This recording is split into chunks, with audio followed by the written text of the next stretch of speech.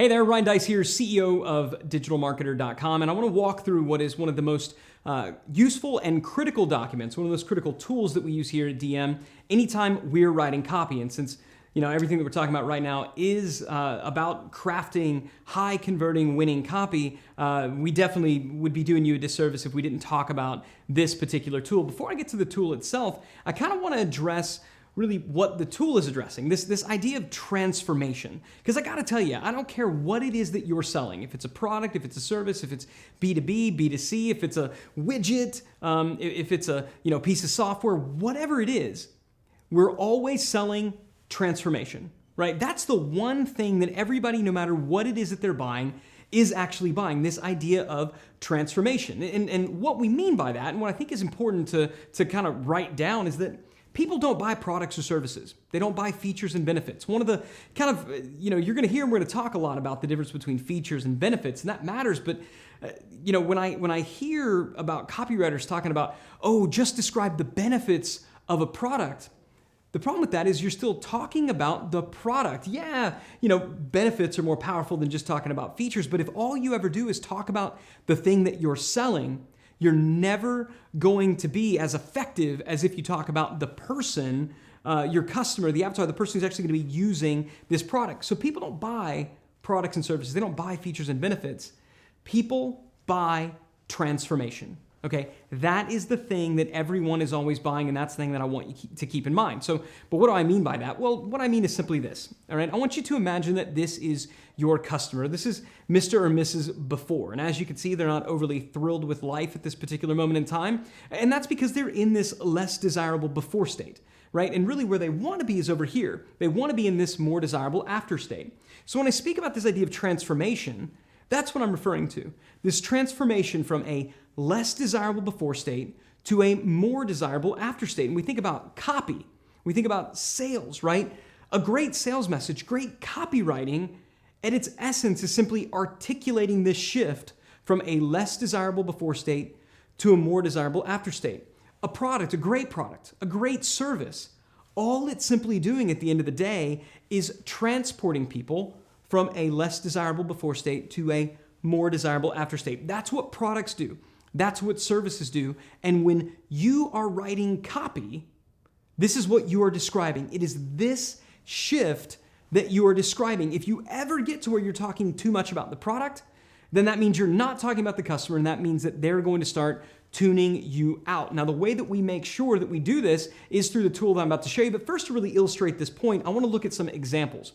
This is an ad from kind of the mid-2000s for Apple. This is when Apple first came out with their iPod. It's really old because it has the little wheel on it that's kind of swirling around over there. So you've got you have the original iPad. But if you look at it really closely, what is Apple actually selling here?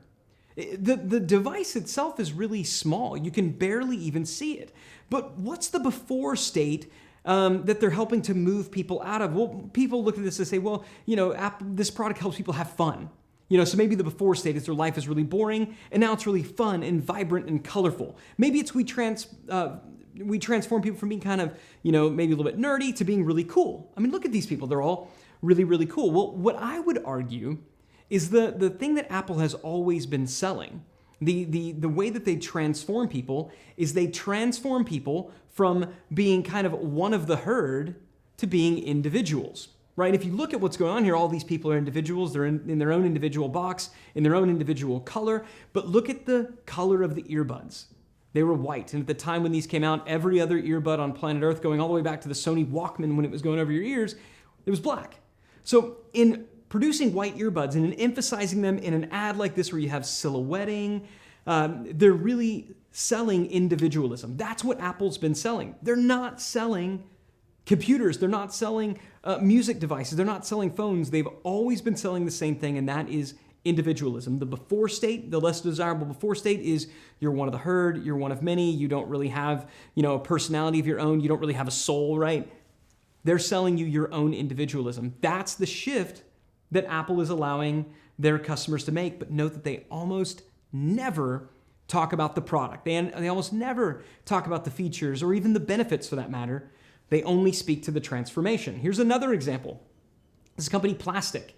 Plastic is a simple service that allows you to pay, like a maid or a babysitter or a contractor via credit card, even if they don't accept credit card, right? So it's kind of like a PayPal type option for consumers to pay to pay household vendors. Now, if you look at this though, they don't talk about that, right? The headline, "Never write a check again," that's good copy. But if you look at the actual message, and this is another critical thing that I want you to keep in mind as you progress through this training, copywriting is not just the words. It's the message as a whole. And messaging and copy and ideas can be conveyed through images. If you look at this image, what they're conveying here is a woman who has been already transformed. She's been transformed from her life being very hectic and busy and all over the place to now, look, she's able to just kick back. In the middle of the day, look at the sun streaming through the window. She's able to kick back in the middle of the day and sit a cup of coffee with her head back like, yes. Why? Because she was able to pay her childcare by credit card. Now, this is a bit of a stretch, I admit, but it's really great and really clever copywriting. Why? Because they're not talking about the product. They're not talking about the features of Plastic. Yeah, and there's some things in here they talk about the fees, but in general, it's only speaking to the after. It's speaking to the transformation. Now, if you're looking at this, if you're a busy, hectic mom, you're looking at that thinking, I don't know what Plastic is, but I know I want that after. So whatever it is, I'm buying. You can achieve this if you talk about your customer, if you speak to the after. You will never achieve it if you only ever talk about your product. Here's another example. Brand yourself. Look great when employers, clients, and even dates Google you. We're talking right now about very short form copy. I know that's the examples, but you're going to see this can be deployed, and you're going to use this idea of speaking transformationally, leveraging before and after, and what you're going to produce in the tool. You're going to leverage all of that through, even if it's long form copy. But here you have, look great when employers, clients, and even dates Google you. Really simple. So what's the before state? Well, the before state is when people Google me, they either don't find me or they find something I don't want. Now I'm going to look great. And then there's this guy right here who he's looking great. He's looking confident, but maybe he's also the prospective employer who you want to look great in front of, or maybe he's the prospective date that you would want to look great in front of. The idea is that, again, it's speaking to the after. It doesn't describe how it does it. It doesn't talk about how the product works or the different services. It doesn't talk about, their unique selling proposition or what makes this better than another one. It's only speaking to the after, and that's what makes it effective. This is one of our properties, True Conversion. True Conversion does heat mapping and other tools for conversion rate optimization. You can see here it's easy to double your sales. So what's the after state? Doubling sales, but not just doubling them through a lot of hard work. Through ease. It's easy to double your sales when you know exactly what your customers want, but look at the image. Copy is not just words, it's also imagery. Look at the image. The image is, we have a woman in front of a computer, arms raised in triumph, right? If you're a marketer, this is what you want. You want to be in front of your laptop, arms raised in the air because you just crushed it. You just got a big, big win for yourself and for your company, right? So we're speaking to that after. One more example, 1-800-GOT-JUNK. Right? They're a junk removal service, right? So what's the after? What's the before state? Well, the before state is I got a lot of junk. What's the after state? You got less junk. So they could be talking about, we're 1-800-GOT-JUNK, and we're going to remove junk the fastest and the best, and our stuff is going to be, our trucks are the cleanest and blah, blah, blah, right? That nobody freaking cares about. What do they care about? Well, if you're a guy that's accumulated a lot of junk because you refuse to throw anything away and you're in the doghouse, then the idea of goodbye junk, hello relief might be appealing. And then specifically when you come to the website, it's an actual video that's playing in the background. Look at this guy. He's in the after state. His wife's happy. Look, he got a kiss out of it. Why? Because 1-800-JUNK is there, taking everything away. Now this couple, you could tell he's a bit still in the doghouse. So this is actually articulating the shift from before to after. So before, truck comes by, pulls away, junk is gone magically. He's out of the doghouse. Now you've got another, in this case, car pulls away, and here's a woman who's just very, very excited because now all the junk is gone. This one's showing the after state. Again, in all these cases, junk is gone, relief is here. Do not speak about the product. They don't talk about their trucks. They don't talk about any of that stuff. Yeah, there's full service junk removal, save $10. You have that here. But nobody cares about any of your features. They don't even care about your benefits until they know, until they understand, until they believe that you can transport them from a less desirable before state to a more desirable after state.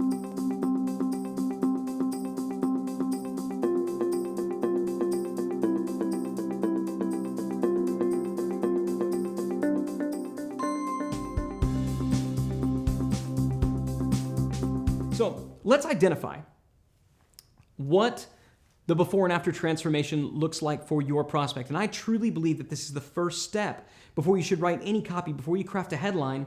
This is the first thing that you need to do. And this is the tool that we leverage here at Digital Marketer to do just that. We call it the before and after grid. And it all starts off in this segment right here in this group. And this is where you list out your customer segments, your customer avatars. Okay, and I actually have a link in there to another resource that we offer at Digital Marketer where you can really begin to think, because depending on your market, and we're going to show some examples in the next video, but depending on your market,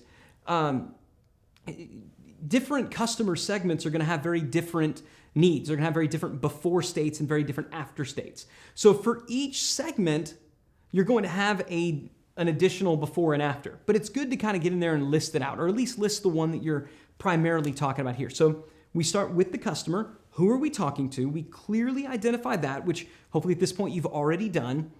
Then we come over and we think about where is their before state, okay? What is that before state? And there's 5 main categories that we use to do that we're gonna go over. The first one is have.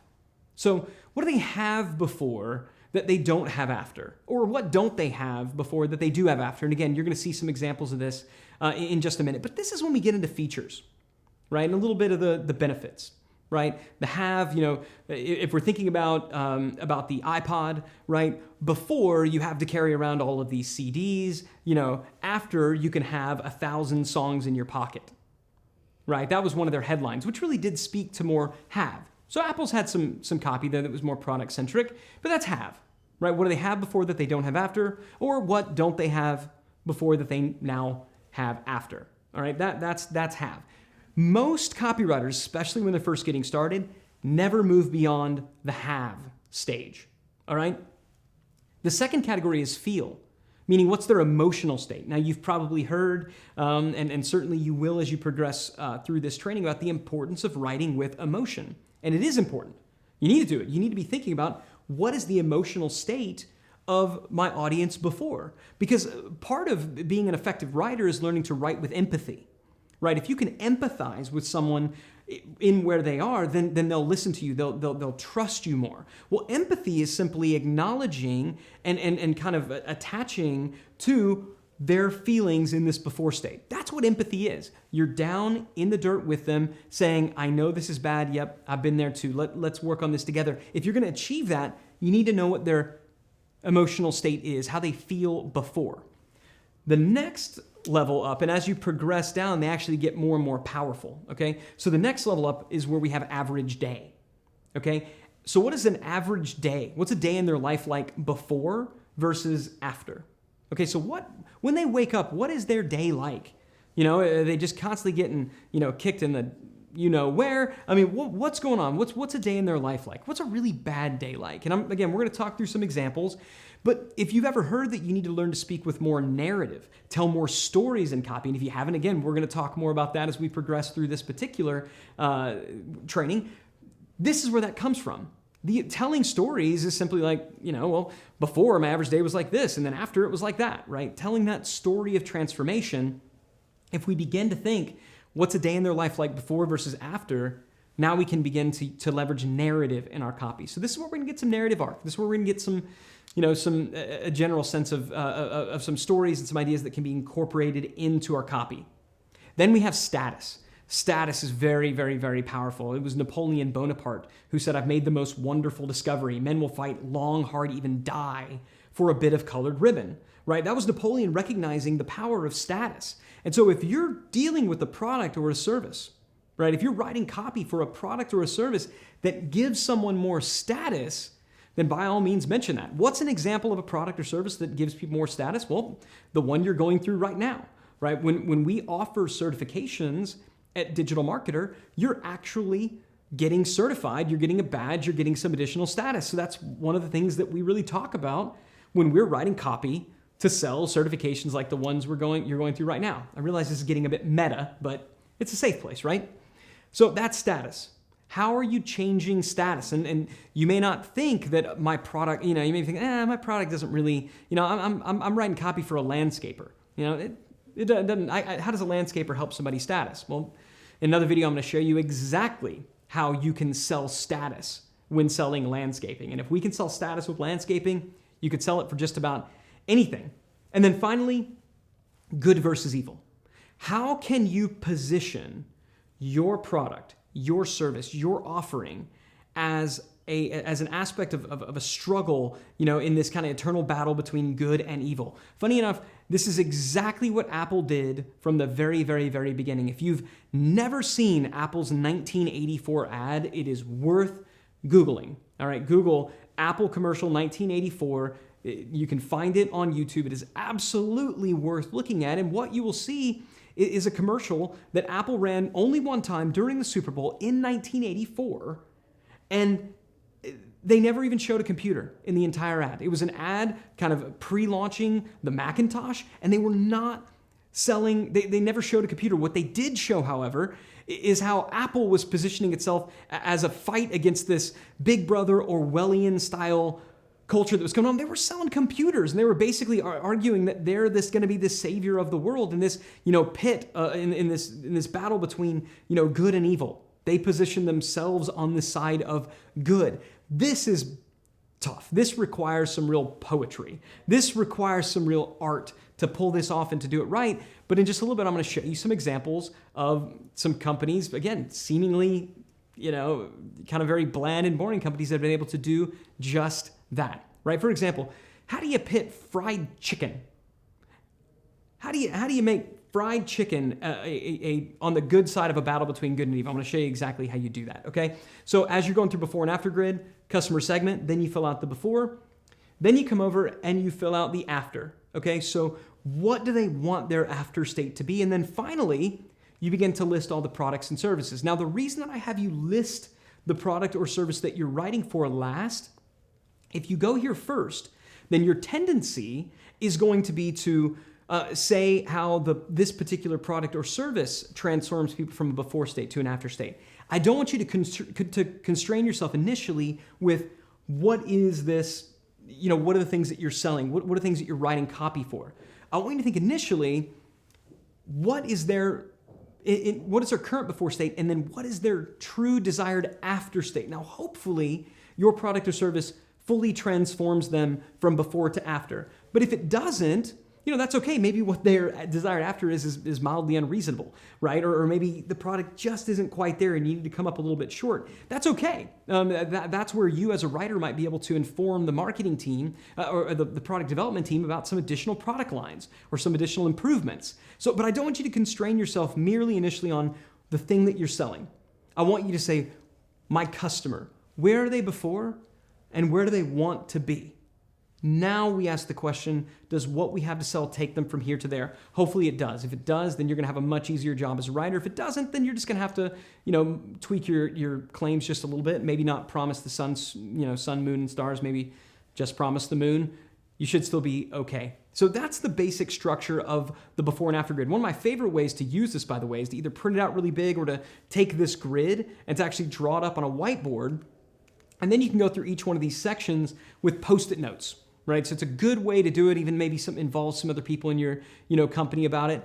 So once you got a basic idea of how that works, I think it's really gonna kind of lock in these ideas as when we go through some of these examples. All right, so now that you have a general sense of what the before and after grid is, I want to send you over to another video where I'm going to walk you through some examples, and I think that's really going to drill down how this works and how you can deploy it for your brand.